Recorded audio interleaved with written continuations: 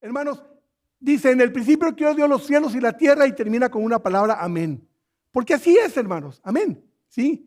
Y el libro de Génesis, hermanos, tiene una serie de entrelazamientos con toda la Biblia, ¿sí? Que es tremendo, miren, esa es una gráfica, hermanos, y lo que se ve abajo como rayas blancas así, es prácticamente, son los libros de la Biblia. Bueno, no se alcanzan a ver porque son todos los libros de la Biblia, pero sí alcanzamos a ver, hay una serie de rayones de un lado para otro. Son todas esas relaciones que hay entre el libro de Génesis con los demás libros, el libro de Éxodo, etcétera, etcétera, etcétera. Es una relación que hay entre todos esos libros, hermanos, ¿sí? ¿Sí? No sé qué está pasando, pero aquí lo tenemos, ¿sí? Aquí lo tenemos visto de otra manera. Tenemos Génesis con todas sus relaciones que tiene, Éxodo con todas las relaciones, etcétera, etcétera, hermanos. Todas las líneas azules representan las concordancias o las relaciones que hay entre los libros del Antiguo Testamento y el color rojo representa las relaciones que hay con el Nuevo Testamento, ¿sí? Si se fijan, es un enjambre de relaciones entre el pasado y entre el presente, entre el Antiguo Testamento y entre el Nuevo Testamento, ¿sí? Miren, esta es otra gráfica que tenemos, hermanos, 345,000 referencias cruzadas, o sea, 340 y tantos mil. ¿Se acuerdan, hermanos, aquella parte en la Biblia cuando Adán y Eva pecaron, por ejemplo, y que el Señor le dice a la serpiente, ¿sí? Y la mujer te dirá en el calcañar, ¿sí? Bueno, cuando Jesucristo está siendo crucificado, ahí hay una referencia entre esa palabra y entre la crucifixión de Jesucristo, que es Jesucristo, ¿sí? Dándole en la cabeza a la serpiente, ¿sí? Lo que ella no se esperaba, ¿sí? Y ese tipo de relaciones hay entre todos los libros, hermanos. 340,000 relaciones cruzadas. Ahora, eso no es lo sorprendente, ¿sí? No voy a decir cualquiera, pero cualquiera lo podría hacer. Pero ya lo dije, ¿verdad? Hermanos, tenemos 40 personas que escribieron la palabra de Dios, ¿sí? O sea, ¿qué relación podría haber entre todas esas personas, ¿sí? Con un mismo tema, con una misma relación que se podía cruzar. Escritas en diferentes idiomas, 3, 4 idiomas, y escritas en diferentes épocas, hermanos, ¿sí? 1500 años de diferencia entre libros. O sea, es algo, podríamos decir, imposible, ¿sí? Para el ser humano de una manera normal. Quiere decir que hubo 40 escritores, pero un solo autor. Y el autor se llama Dios, Jesús, Espíritu Santo, ¿sí? Inspirando a estos hombres a escribir lo que tenían que escribir, ¿sí? De una manera que quien escribió Éxodo y quien escribió Apocalipsis estaban en la misma sintonía. ¿Por qué? Porque el mismo autor estaba redactando la palabra de Dios, ¿sí? 1500 años, ¿sí? 40 hombres escribiendo la palabra y diferentes idiomas.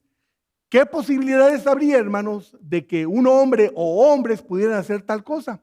Imposible. Y más que en aquellos tiempos, pues no existía la facilidad de poder obtener información de una manera fácil. Para poder acudir, por ejemplo, al libro de Éxodo, de Génesis, de Ruth, de todos esos libros que existían, hermanos, tenías que ir a abrir aquellos rollos. Y para escribir un rollo, hermanos, pues era un rollo, ¿sí? O sea, sentarte a escribir, hermanos, a mano, todas esas palabras. Ahora simplemente agarramos nuestra computadora, nos metemos a Google y en diferentes idiomas, con diferentes versiones, etcétera, etcétera, ¿sí? Es una manera muy fácil en día de hoy, hermanos, ¿sí? Antiguamente era, podríamos decir, imposible que lo pudieras, que se pudiera hacer, ¿sí? Entonces, hermanos, es el tema central que se va llevando a través de toda la Biblia, hermanos, y se va descubriendo poco a poco, es la redención. Ese es el tema principal que la Biblia nos va llevando desde el principio. Redención, redención, redención, redención, de diferentes maneras.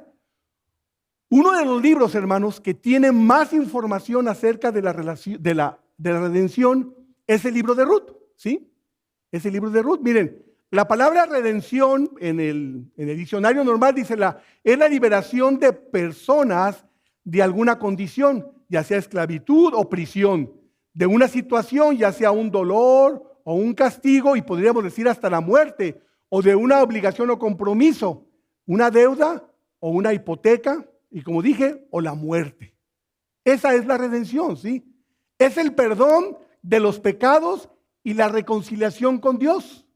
Eso es lo que es la redención. Sí, en Efesios 1:7, hablando Jesucristo, dice, en quien tenemos, ¿qué? Redención por su sangre, el perdón de pecados según las riquezas de su gracia. O sea, Jesucristo, desde un principio, hermanos, la Biblia desde Génesis nos está mostrando el plan de redención, redención, redención, redención. Y a través de la Biblia, hermanos, a través de todos los libros, y digo libros y estoy diciéndolo mal, porque la Biblia no son libros, es un solo libro, ¿sí? Pero para poder ejemplificar cada uno de ellos, ¿sí? Digo libros, pero es uno solo, ¿sí?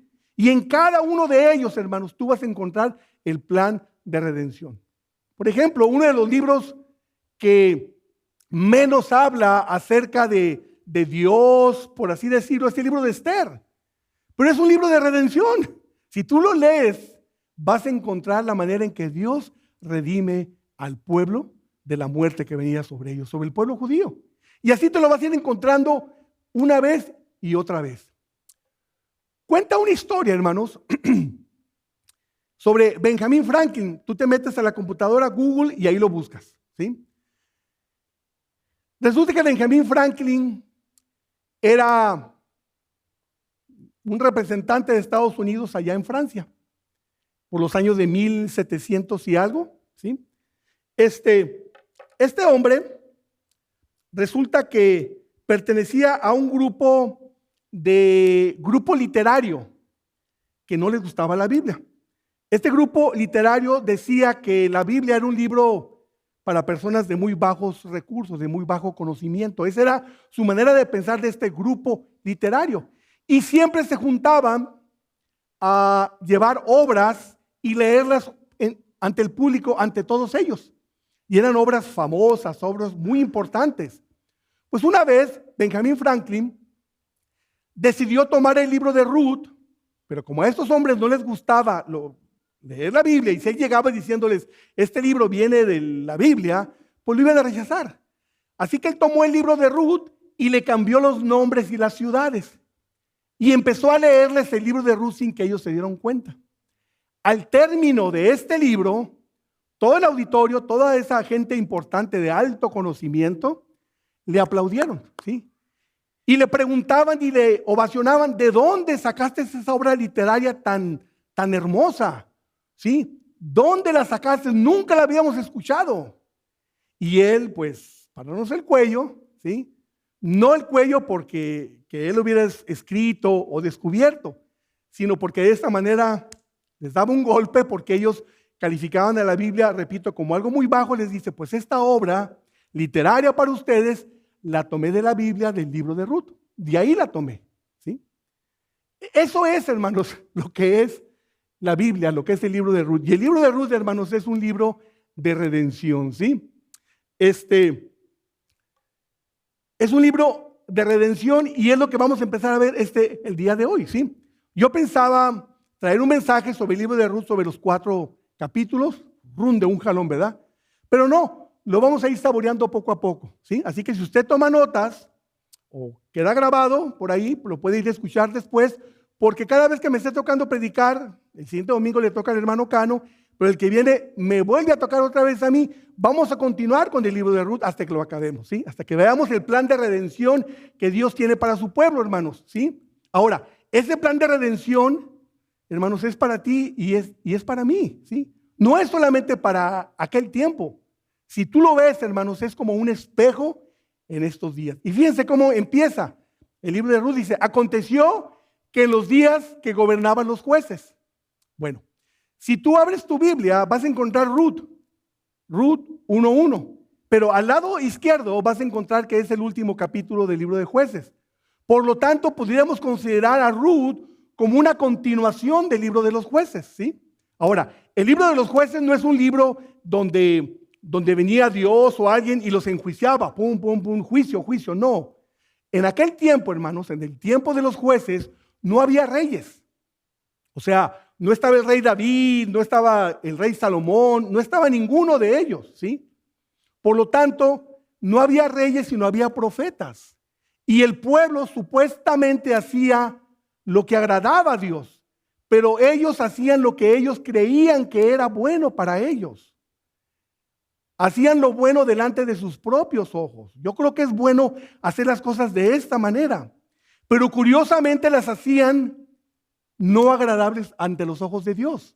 Eran agradables para ellos, pero no eran agradables ante los ojos de Dios. Por lo tanto, hermanos, ellos estaban haciendo lo malo delante de Dios. Posiblemente ellos creían que estaban haciendo lo correcto ante sus propios ojos, pero ante los ojos de Dios no estaban haciendo lo correcto. Por eso dice allí, empieza, aconteció que en los días que gobernaban los jueces, que hubo hambre en la tierra. Cuando vienen juicios de esa manera, hermanos, es que Dios está trabajando.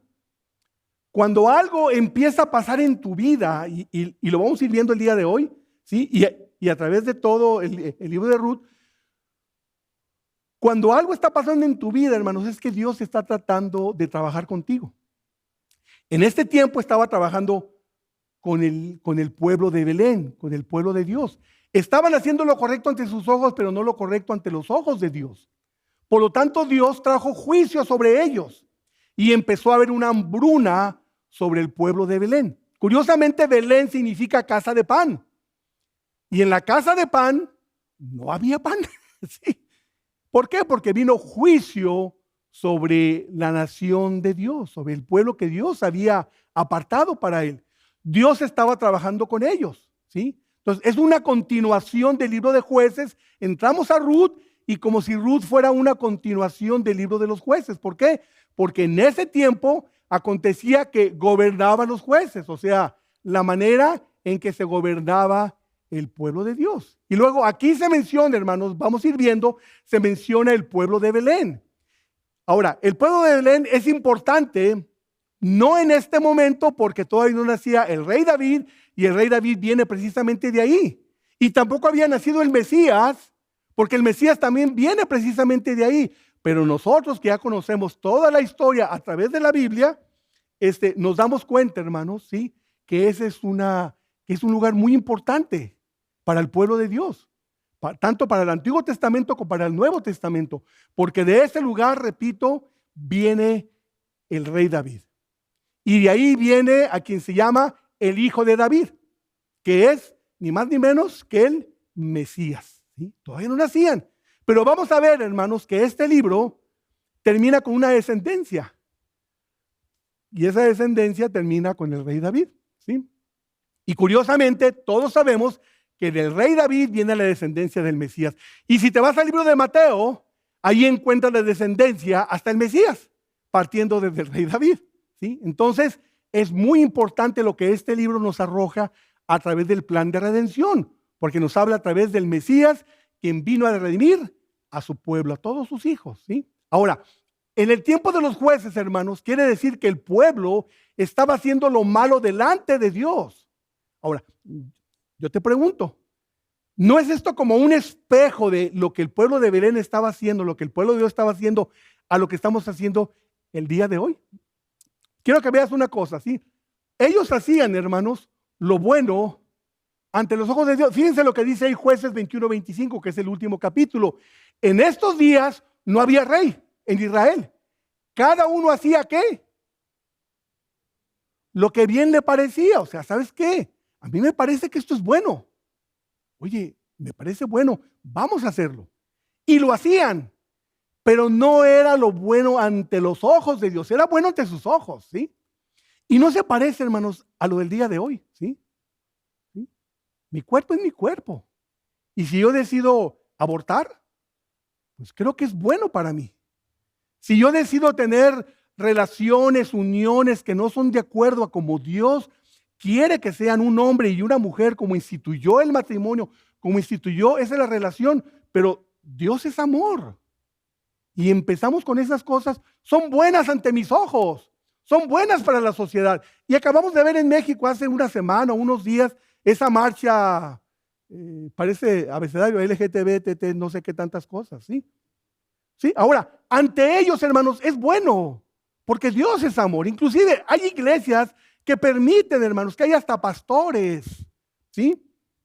Porque es bueno ante sus ojos. Pero viene la pregunta, ¿es bueno ante los ojos de Dios? No, hermanos, no es bueno. Entonces, lo que estaba pasando en aquel tiempo, en el tiempo de los jueces, es un espejo, hermanos, de lo que está pasando en nuestra nación. Hermanos, cuando no hacemos lo que es bueno delante de los ojos de Dios, hermanos, es una manera en que una nación va en decadencia. Y yo te pregunto, ¿Estados Unidos no ha saboreado, no ha sentido que va en una decadencia? Va en decadencia, hermanos, sí. Y hermanos, y no ha tocado fondo todavía, pero va a tocar fondo, ¿sí? Porque bíblicamente así lo dice. Por lo tanto, hermanos, nosotros somos un reflejo de esa historia que está sucediendo en ese lugar.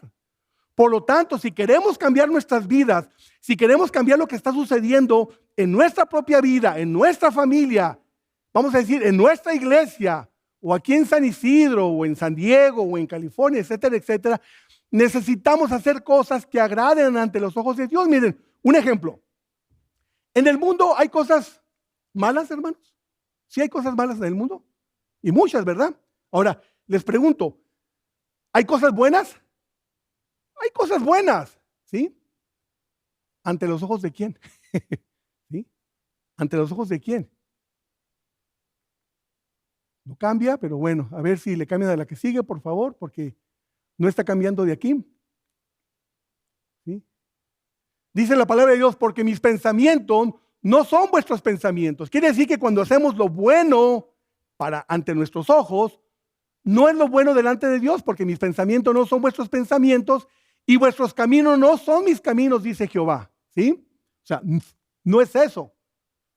Como son más altos los cielos que la tierra, así son mis caminos, más altos que vuestros caminos y mis pensamientos más que vuestros pensamientos. ¿Sí? Ahora, quiero que veamos este texto, ¿sí? Que es también a lo que refería ahorita entre lo bueno y lo malo. ¿Qué dice Génesis 2:17? Mas del árbol de la ciencia de bien y del mal no comerás, porque el día que comieres, ¿cómo? Ciertamente morirás, ¿sí? O sea, hermanos, no es hacer el bien. Ese árbol, hermano, tenía cosas buenas, pero también tenía cosas malas. Pero si tú comías y hacías de las cosas buenas y no de las malas, o ambas, ciertamente ibas a morir. ¿Por qué? Por haber comido del árbol que te había sido negado que comieras. Por lo tanto, cuando hacemos lo bueno en el mundo, no digo lo malo porque ya de por sí lo malo es, pero cuando hacemos lo bueno en el mundo, hermanos, lo estamos haciendo no conforme a los ojos de Dios, no conforme al corazón de Dios, sino del mundo. Por lo tanto, te digo, ciertamente morirás. Quiere decir que de la única manera, hermanos, en que podemos salvar nuestra alma, de la única manera en que podemos rescatar la situación que está sucediendo, es hacer las cosas conforme a los ojos de Dios, conforme al corazón de Dios. Y vuelvo de nuevo. ¿Por qué nuestras vidas personales, hablo solamente de mí o de ti, o sea, no hablo de más de una persona? A veces suceden cosas tremendas en nuestro trabajo, económicamente, en nuestra relación, en mí. Y digo, Señor, yo voy todos los domingos a la iglesia. O sea, ¿será suficiente ir a la iglesia? No, hermanos, es como los diezmos. Cuando tú das porque das por obligación, es como agarrar el dinero y tirarlo a la basura y todavía pisarlo, ¿sí? Pero cuando das de corazón, Señor, gracias, Padre, es muy diferente, ¿sí? Entonces, cuando tú vienes a la iglesia y haces cosas que aparentemente agradan a Dios, no estás haciendo las cosas conforme a los ojos de Dios, estás conforme a tus ojos, estás tratando de justificar tus acciones. Señor, hoy yo fui a la iglesia, tienes que bendecirme. Miren, uno de los errores más comunes que cometemos, voy a abrir un negocio ahorita, ¿sí? Una pizzería, no sé, el negocio que se les ocurra. Y lo abrimos y luego, pastor, venga, ore por este negocio. Quiero que a través de este negocio Dios sea glorificado. Y ahí va el pastor y ora. ¿Será la manera correcta? Posiblemente no, hermanos, ¿sí?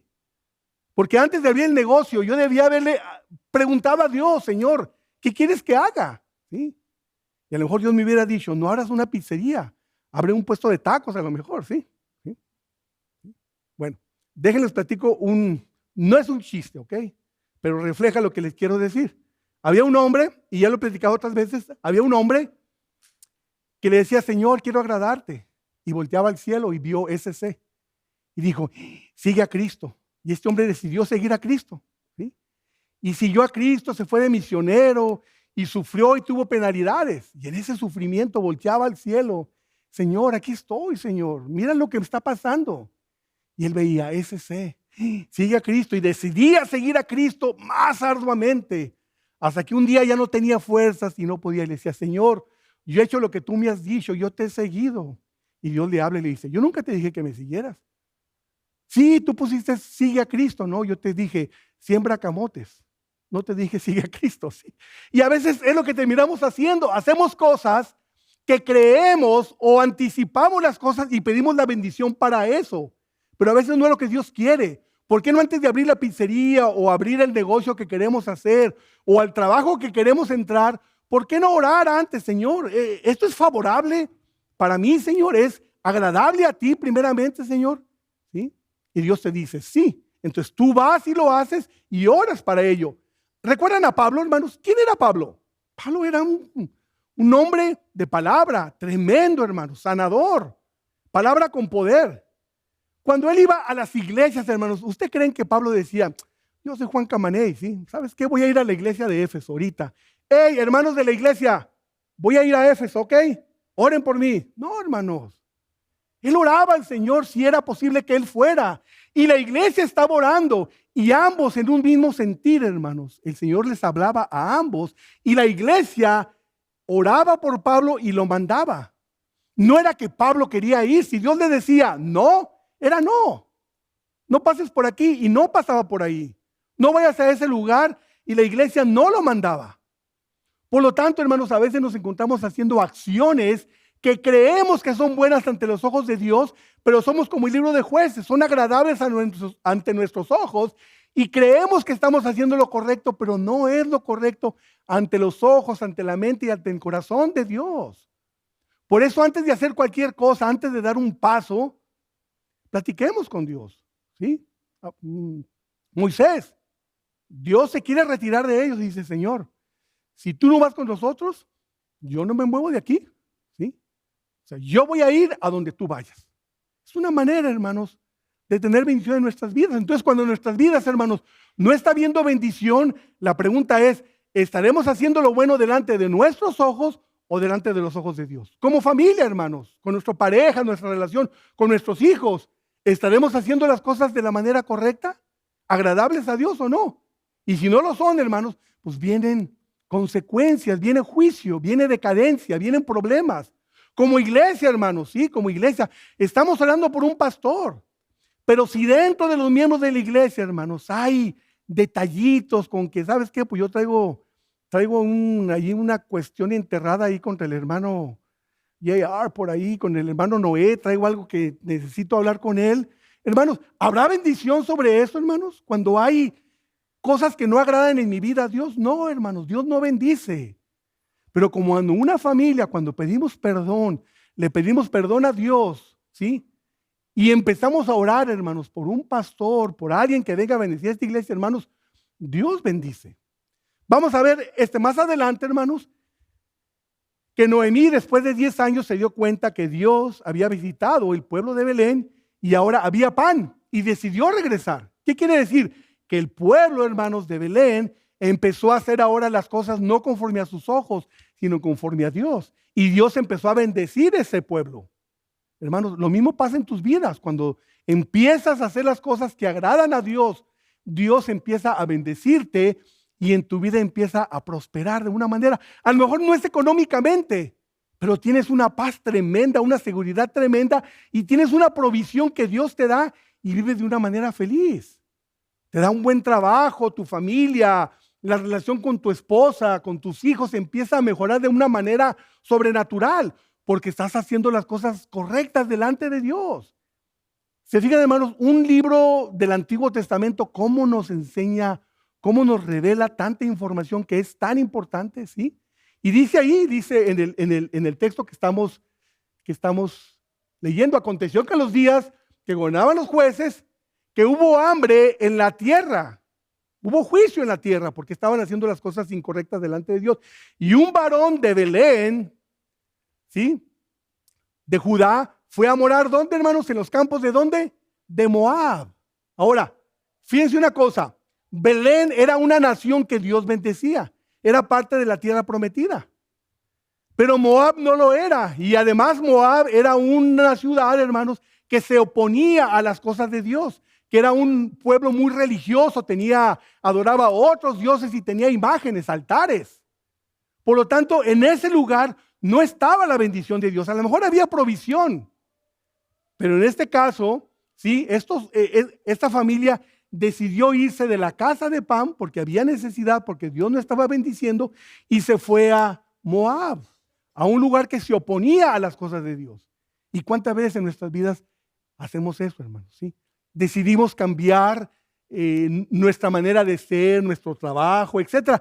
Yo no sé, hermanos, algo en nuestras vidas que no es de acuerdo a lo que Dios quiere que hagamos. Y nos vamos, ahora, vamos a darnos cuenta más adelante, esta familia, hermanos, no se fue por un rato. Si tú lees todo el libro, te vas a dar cuenta que ellos iban de una manera permanente a quedarse ahí, porque transcurrieron 10 años, hermanos. 10 años ya bíblicamente es de una manera como diciendo, Belén, por si te vuelvo a ver, esta es mi nueva ubicación. Entonces dice, hubo un varón de Belén, de Judá, que fue a morar en los campos de Moab, él y su mujer y 2 hijos, ¿sí? Y 2 hijos. El nombre de aquel varón era ¿cómo? Elimelech.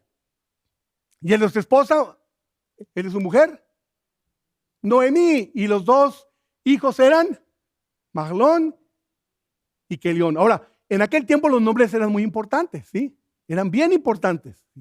Por ejemplo, el nombre de Elimelech significa mi Dios, mi rey. Yo les pregunto, Elimelech cuando salió de Belén, ¿consideraba a Dios su Dios y su rey? No, se estaba alejando vamos a decir, del juicio que Dios estaba llevando sobre ellos. Y dijo, no, ¿saben qué? Pues aquí ustedes se aguantan, yo me voy. Él no estaba siguiendo a su Dios y a su rey. Noemí significa agradable, ese es el nombre. Mahlón significa enfermo y Kelión significa débil. Ya me imagino yo a Elimelech y a Noemí, ¿no? En una reunión y, señores, les presento a mis hijos, les presento a mi hijo enfermo y a mi hijo débil. Qué curioso, ¿no? Ahí tienen 2 nombres para que les pongan a sus hijos. Yo creo que nadie los pondría, ¿verdad? ¿Sí? Hermanos, los nombres significaban mucho en aquel entonces. Y Elimelech, que era la cabeza de ese hogar, hermanos, no estaba honrando el nombre que le había sido dado a él. Mi Dios, mi rey. En ese momento Dios no era ni su Dios ni era su rey. Se fue a un lugar donde había altares, donde se adoraban a dioses paganos, etc. Cuando él, hermanos, tenía una vida constante en las cosas de Dios, donde él hacía lo que le agradaba a Dios, pero en este momento tomó decisiones incorrectas, decisiones que no eran buenas ante los ojos de Dios. Eran buenas a lo mejor ante sus propios ojos porque él iba a encontrar prosperidad, pero no iba a ser así, hermanos, ante ello, ¿sí? Por lo tanto, hermanos, tengamos cuidado cuando tomamos una decisión. Antes de tomar decisiones, pongámoslas delante de Dios. Señor, ¿esto es lo que tú quieres que yo haga, Señor? ¿Debo de hacer eso? Y de alguna manera Dios te lo va a revelar. Y si Dios te lo revela, Dios te va a bendecir o va a cambiar lo que tú estás tratando de hacer. Va a decir, no hagas esto, haz esto. Y tú lo harás y encontrarás gran bendición a través de ello. Y Dios te va a bendecir. A través de tu vida va a haber siempre como una paz, una tranquilidad que se nota a leguas. Vas a ver a tu familia, vas a decir, wow, qué familia. Oye, ustedes no tienen problemas. ¿Qué pasa? Dios les provee, Dios les bendice. Todo lo que hacen los bendice. Oye, qué buena relación tienen con sus hijos. Porque Dios está bendiciendo, hermanos, lo que se está haciendo. Cuando verdaderamente del corazón, de la mente y de palabra, se está alabando a Dios. No es nada más la alabanza, no es el hecho de que venga yo los domingos para cubrir mi culpa, por así decir, para decir, Señor, estoy cumpliendo. No, hermanos, sino vengo porque es una necesidad. Todos los días, hermanos, vengo porque hablo con Dios porque tengo una necesidad de hablar con Él, de orar con Él, de escuchar su palabra, de sentir su presencia. Y el domingo, pues, es una manera unánime entre todos los hijos de Dios poder alabar y glorificar el nombre de Dios. Amén, hermanos.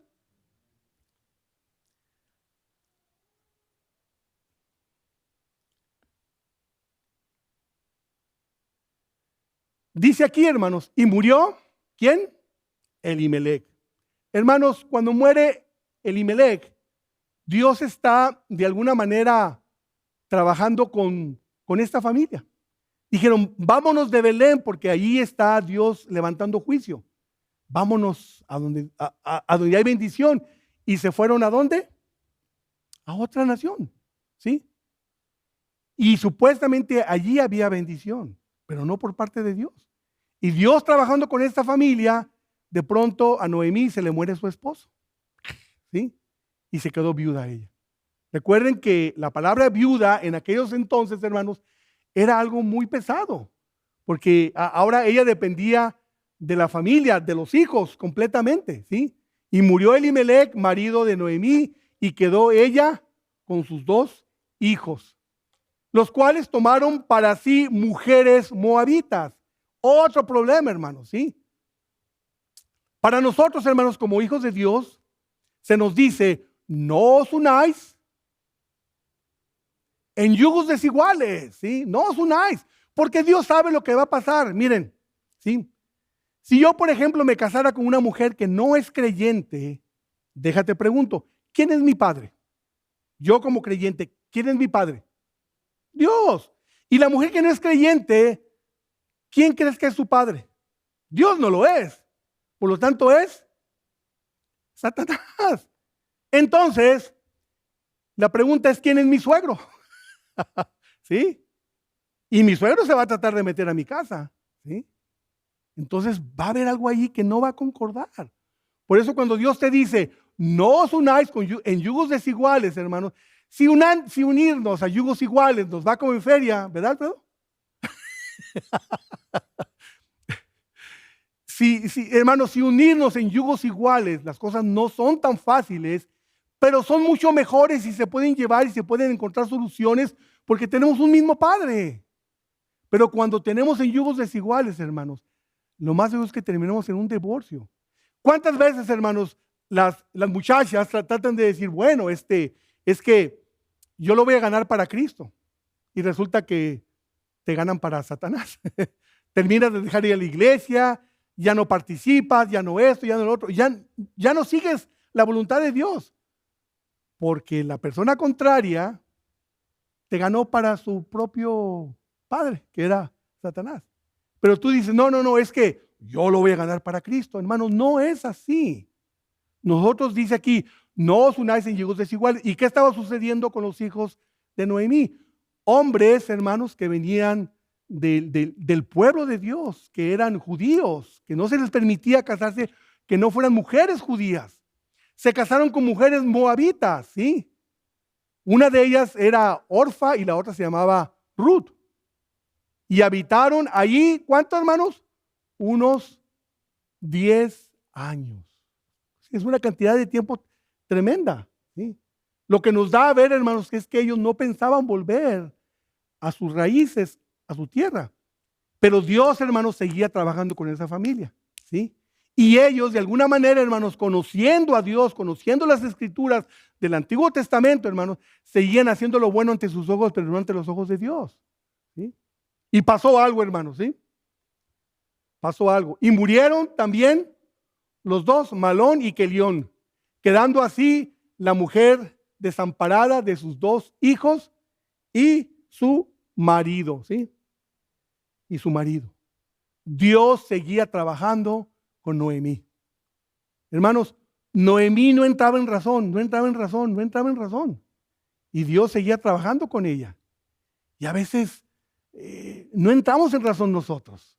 Y tratamos de entrar en razón y creemos que estamos agradando a Dios porque venimos a la iglesia o porque hacemos esto o lo otro, porque servimos en la iglesia, pero no servimos de la manera correcta, hermanos, ¿sí? Y Dios no nos bendice y Dios sigue trabajando, pero Señor, si aquí estoy, ¿sí? ¿Qué está pasando? Bueno, es que no lo estás haciendo de la manera correcta, de la manera en que a mí me agrada, de la manera en que a ti traerá mayor bendición a tu vida, ¿sí? Eso es lo que tenemos que hacer, hermanos. Y Noemí estaba trabajando ahí. Miren, hermanos, hace muchos años pasó algo muy curioso. Cuando yo recién vine a Cristo, ¿sí? Me acuerdo, mi esposa era creyente y yo era el malo. Bueno, yo no había recibido a Jesucristo como mi Salvador. Leía mucho la Biblia. Me acuerdo que mi suegro citaba textos y yo los terminaba, yo me los sabía. Pero a mí me gustaba leer la Biblia, me gustaba leer la vida de Jesús. Las letritas que estaban en rojo, porque son las que hablaban de él. Lo demás casi no lo leía, sino lo que hablaba de Jesús. Y me acuerdo que cuando nos conocimos al tiempo, yo recibí a Jesucristo. Ella hizo su trabajo. Me ganó para Cristo. Bueno, al tiempo que nos casábamos y todo eso, me acuerdo que yo le dije a mi mamá que si quería que hubiera un estudio en su casa. Nuestro pastor era el hermano Cipriano Valdés, en este lugar. El hermano Cano era un diácono aquí. Y le dije, hermano Cano, ¿por qué no lleva un estudio a casa de mis papás? Ya hablé con ellos y me dijeron que sí. Ellos aceptaron el estudio y el hermano Cano aceptó ir para allá. Me acuerdo que pues el hermano llevó el estudio y todo eso, y yo quería que le dijera, hermano, pero dígales acerca de las imágenes, dígales acerca de esto, porque yo conocía la historia de ellos. Pero el hermano Cano hablaba del amor de Cristo. Empezó con el libro de Juan, ¿sí? El libro de Juan, del amor, el amor, el amor. Y yo, hermanos, pero mire, háblenles de esto. Y el hermano seguía hablando del amor. Yo recién, nacidito, no entendía cuál era el proceso, ¿sí? Hasta que un día mi mamá aceptó a Jesucristo. Y me acuerdo que el día que ella aceptó a Jesucristo, ella tenía muchas imágenes. Y me acuerdo que tenía un Cristo así como de aquí para arriba, así con su cruz, pero en 3 dimensiones, con unos ojos que parecían reales. Se veía como si fuera una persona real, así la imagen. Y me dice, mira, Sergio, dice, voy a regalar todo esto, dice. Recibí a Jesucristo y esto ya no honra a Dios, lo voy a regalar. ¿Sí? Yo me iba a ir al trabajo, me acuerdo que en la mañana y me dijo eso. Y le digo yo, oye mamá, ¿pero por qué le vas a mandar el pecado a otra persona? Fue todo lo que le dije. Me fui a trabajar. Y en la tarde que regresé, me acuerdo que me dice, Sergio, ven, dice, mira. Y me lleva al patio y veo una pila, un cerro de yeso quebrado. Puro yeso quebrado, ¿sí? Dice, ahí están todas las imágenes. Dice. Todas las agarró y todas las quebró. ¿Sí? Estaba ella dando en cierta manera un testimonio de lo que Cristo estaba haciendo en su vida. Y de que esas imágenes ya no representaban nada en su vida. Y de que no quería transmitir ese pecado o esas imágenes que te conducían a no agradar a Dios a otras personas, decidió romperlas. Y si tú pudieras decir, pero es que son obras de arte, así se vean algunas muy bonitas, bueno, decidió agarrar el martillo y hacerlas añicos, hermanos, ¿sí? Eso es lo que Dios estaba esperando por parte de Noemí. Pero Noemí, hermanos, no entraba en razón, ¿sí? No entraba en razón. Hasta que después de 10 años, Noemí empezó a entrar en razón. Y dice en el versículo número 6, entonces se levantó con sus nueras y regresó de los campos de Moab porque oyó, ¿qué dice? ¿Qué pasó, hermanos? Oyó. En el campo de Moab dice que Jehová había visitado al pueblo para darles pan. ¿A dónde? A Belén. Pero pasó algo, hermanos, oyó. ¿Sí? La fe viene por y el oír. Dice Romanos 10:17. Así que la fe es por el oír y el oír la palabra de Dios. Noemí, hermanos, escuchó. Y eso es importante, hermanos, escuchó. Y cuando ella escuchó, hermanos, decidió, su fe empezó a crecer. Y decidió hacer lo correcto ahora, ¿sí? Dice, en este lugar, pues, no hay bendición, ¿sí?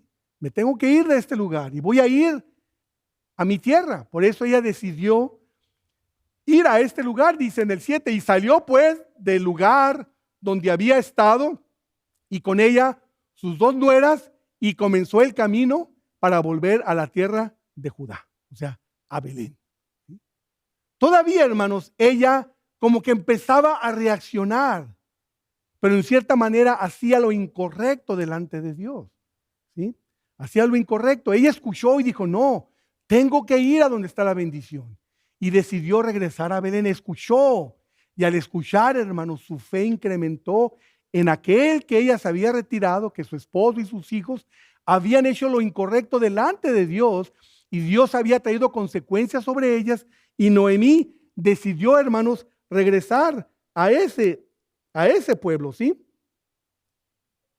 Y aquí vemos una vez más, hermanos, la palabra Judá, que es la representación del Mesías. Si se fijan, nos está presentando en cierta manera, nos está encaminando hacia lo que es la nación de redención, hacia lo que es la redención por parte de Dios, dice. Y en el versículo que sigue dice, y Noemí dijo a sus 2 nueras, andad, volvaos cada una a la casa de su madre. Hermanos, ellos eran moabitas. Ellos no habían vivido o no conocían las costumbres de los judíos, ¿sí? Sino les decía, vuelvan a sus madres, vuelvan a sus creencias, vuelvan a... Hermanos, nos da a ver que a Noemí todavía le hacía falta, ¿sí? Le hacía falta crecer todavía. Porque es como lo que les decía ahorita acerca de lo de mi mamá. Mi mamá pudo haberle regalado a la vecina todas esas imágenes. Y en cierta manera no mostraría la grandeza de su fe en el Señor, la dependencia. Simplemente agarraría el pecado y le decía, ahí te va, tómalo tú. ¿Sí? Y ella ahora haría las cosas agradables a Dios. ¿Sí? Noemí, eso es lo que está haciendo en este momento, hermanos. ¿Sí? Noemí está mandando a sus 2 nueras a la casa de pecado. O sea, no está tratando de ganarlas para Cristo. Ahora, estas 2 mujeres, al decidir, hermanos, que querían acompañar a Noemí, es que hablaban, hermanos, habla de que había una buena relación entre ellas y Noemí. Daba una muestra de que estas 2 mujeres habían amado mucho a sus maridos, a Malión y a Quelión, al enfermo y al, ¿cuál era el otro? El débil, ¿sí? Los habían amado mucho y amaban a Noemí. Por eso la reacción de ellos de querer seguirlo. Pero Noemí les dice, no me sigan. No van a poder sobrevivir acá. Ustedes no conocen estas costumbres. Quédense en su casa, quédense con su mujer, con sus parientes, con su mamá y hagan su vida. Son jóvenes y se pueden volver a casar. Posiblemente alguien las pueda volver a redimir, o sea, se casen de nuevo y tengan una nueva vida. Pero una vida, hermanos, no en el lugar donde hay bendición, sino en el lugar donde no hay bendición, ¿sí? Que es en Moab. Y eso es lo que nos refleja aquí a través de Noemí. Noemí no había crecido completamente todavía, ¿sí? Por lo tanto, hermanos, si nosotros queremos verdaderamente agradar a Dios, hermanos, necesitamos hacer algo, necesitamos transformar nuestras vidas. Si queremos ser bendecidos a través de Dios en nuestras vidas, en nuestros trabajos, en nuestras familias, con nuestra esposa, con nuestros hijos, hermanos, en nuestra iglesia, hermanos, a través del pastor que le estamos pidiendo a Dios que venga, hermanos, necesitamos hacer un cambio en nuestras vidas. Necesitamos no solamente ser agradables, hacer cosas buenas delante de Dios. Dios, hoy estoy aquí. ¿Saben qué, hermanos? Estamos ante las festividades del 4 de julio. Y gloria a Dios, porque yo esperaba menos gente. Gloria a Dios que vinieron todos ustedes, ¿sí? ¿Sí? Pero si hoy están aquí, hermanos, es que Dios quiere algo a través de ustedes. Dios quiere que cambien sus vidas, cambie algo en sus vidas. Dios debe estarnos hablando a todos nosotros en este momento, ¿sí? Dios quiere que cambiemos algo en nuestro ser, que posiblemente, hermanos, seamos esa aguja en el pajar que esté impidiendo que la bendición de Dios venga completamente a este lugar. Y Dios quiere que verdaderamente dejemos de hacer lo que es agradable ante nuestros ojos, ante nuestra manera de vivir, sino que sea agradable ante los ojos de Dios. Nuestro hermano Cano, sus mensajes ustedes los van a ver, son más evangelísticos, van a ser más a que vamos afuera por otros, ¿sí? Pero hermanos, no podemos ir afuera por otros si tú no estás bien. Ve lo que le está pasando a Noemí, ¿sí? Noemí va de regreso, pero no está tratando de ganar a sus nueras. Más bien, vamos a ver más adelante en la próxima predicación que una de sus nueras es la que se antepone, ¿sí? Se pone los pantalones y dice, no, yo voy contigo. No quieras hacerme regresar. A donde tú vayas, yo voy a ir. Donde tú mueras, yo voy a vivir. Tu Dios va a ser mi Dios y tu casa va a ser mi casa. Por lo tanto, no me lo impidas. Pero no es Noemí, hermanos, quien está tratando de llevarlas. Ambas están dispuestas a ir. Ambas pudieron haber ido, ¿sí? Pero, hermanos, en nuestras vidas, ¿qué está pasando? ¿Estamos agradando a Dios? Yo no conozco tus vidas enteramente, hermanos. Ustedes no conocen mi vida enteramente, ¿sí? Pero ustedes sí conocen sus propias vidas. Es más, Dios las conoce más que ustedes. Y Dios conoce más mi vida de lo que yo la conozco. Y yo me pregunto, ¿lo que yo hago será agradable ante los ojos de Dios? A los ustedes dicen, sí, hermano. Creo que concordamos en que lo que usted está haciendo es agradable a Dios. Hermano Cano, concordamos en lo que usted está haciendo ahorita, hermanos, es agradable ante los ojos de Dios. Yo me pregunto, ¿será agradable ante los ojos de Dios? ¿Sí? Su manera de vivir, mi manera de vivir, sus maneras de vivir. Dios traerá la bendición que estamos esperando, hermanos, porque posiblemente varios o muchos hacen lo bueno ante sus propios ojos, pero no ante los ojos de Dios. Creo que este mensaje, hermanos, va principalmente a que hagamos un alto en nuestras vidas y pensemos en lo que queremos hacer, ¿sí? ¿Queremos verdaderamente agradar a Dios? Detente, apaga tu carro, hazte un lado en el camino y ponte a platicar con el Señor. Señor, ¿mi vida te agrada? Porque si no te agrada, Señor, revélame lo que no te agrada. Revélame lo que estoy haciendo, que tengo en mi mente, que tengo en mi corazón, que no te está alabando y glorificando como debe de ser. Porque mi meta quiero que sea esta, Señor. Quiero agradarte, quiero bendecirte. Quiero que venga un pastor a esta iglesia que traiga mucha bendición, como la hubo en otros tiempos, ¿sí? Señor, quiero que venga un hombre que traiga bendición a tu pueblo, que nos lleve a otro nivel, Señor. Que nos enseñe tu palabra, que nos haga crecer espiritualmente y que nos sentamos fuertes en tu presencia, con tu palabra, en nuestras vidas, en nuestras familias. Que no sea una iglesia que va a ir en decadencia. Señor, yo no quiero ser la persona que estorbe, Padre, lo que tú vas a hacer en este lugar. Posiblemente mi manera de pensar, posiblemente algo que traigo enterrado en mi corazón, en mi mente, impide verdaderamente que las cosas se hagan de la manera correcta. Por lo tanto, Señor, si existe eso, tráelo a mi mente. Porque yo quiero agradarte, Señor. Yo quiero que bendigas mi vida, mi familia, y quiero que bendigas esta iglesia. Y quiero, Padre, que a través de la acción de cada uno de nosotros traigas al hombre indicado a este lugar, Señor. Que económicamente prosperes a la iglesia para que podamos soportar a ese pastor que ha de venir, Señor. Pero es responsabilidad de cada uno de nosotros.